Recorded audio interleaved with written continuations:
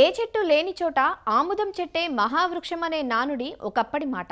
అనావృష్టినైనా తట్టుకొని పెరుగుతుంది కాబట్టే ఈ నానుడు వ్యవహారంలోకొచ్చింది. ప్రస్తుతం ఆముదం పంట రూపురేఖలే మారాయి. ఎలా అంటారా? ఒకప్పుడు బీడు భూముల్లో, పనికిరాని భూముల్లో సాగు చేసిన ఈ మెట్ట పంటను నేడు అందుబాటులోకొచ్చిన నూతన రకాలు, మేలైన యాజమాన్యంతో ఎకరాకు 15 నుండి 16 క్వింటాళ్ల అధిక దిగుబడులు పొందుతున్నారు అనేక మంది రైతులు.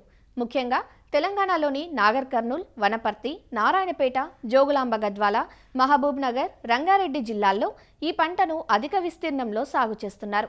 ఖరీఫ్లో అధిక భాగం వర్షాధారంగానే సాగవుతుంది.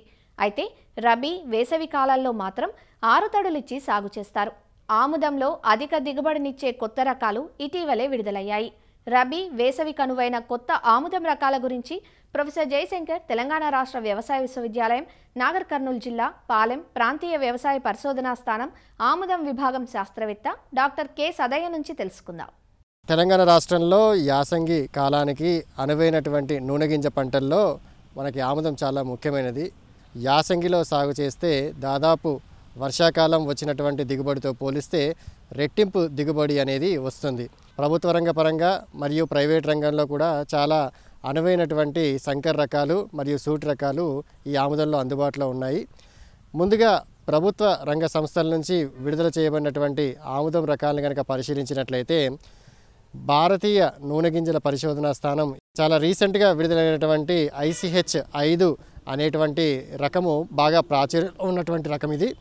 ఈ రకం యొక్క గుణగణాలను కనుక పరిశీలించినట్లయితే ఇది ఎరుపు రంగు కాండాన్ని కలిగి ఉంటుంది.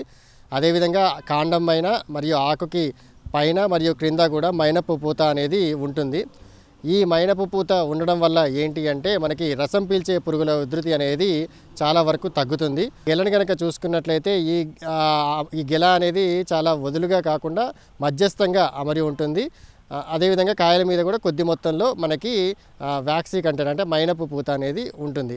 ఈ పంటని కనుక మనం అక్టోబర్లో కనుక సాగు చేసినట్లయితే ఈ రకాన్ని సరాసరి ఒక 11 క్వింటాల వరకు కూడా మనం ఒక ఎకరానికి దిగుబడి పొందే అవకాశం ఉంటుంది.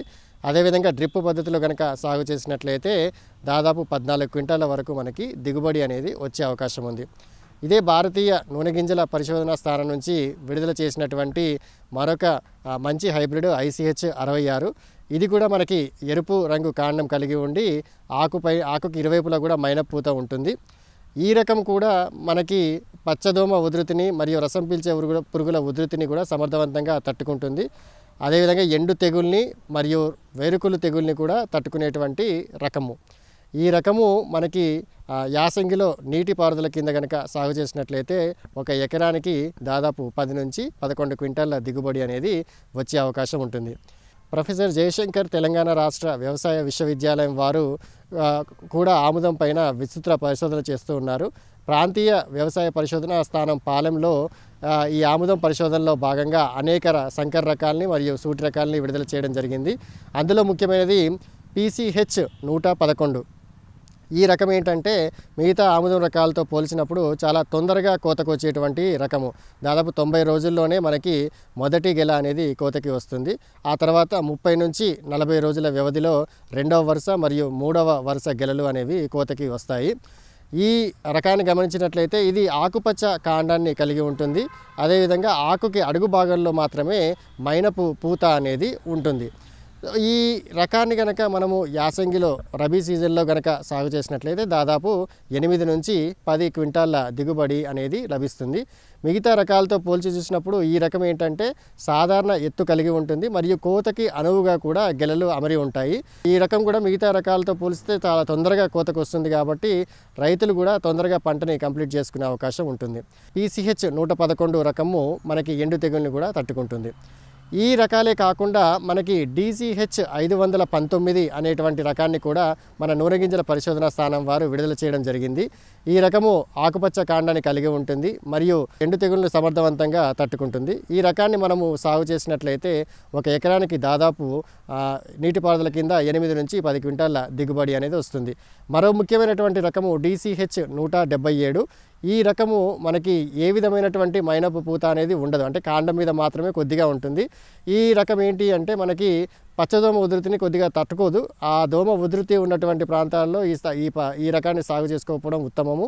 కాకపోతే ఏంటంటే ఇది దిగుబడి పరంగా చాలా మంచి దిగుబడి ఇచ్చేటువంటి రకము. దాదాపు 10 క్వింటాల వరకు ఒక ఎకరానికి అనేది వస్తుంది.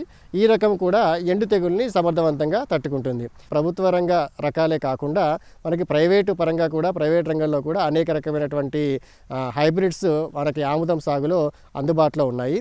ఏ రకాన్ని ఎంచుకున్నా కానీ సరైన నీటి వసతి కింద కనుక సాగు చేసినట్లయితే మంచి దిగుబడులు వచ్చేటువంటి అవకాశం ఉంటుంది.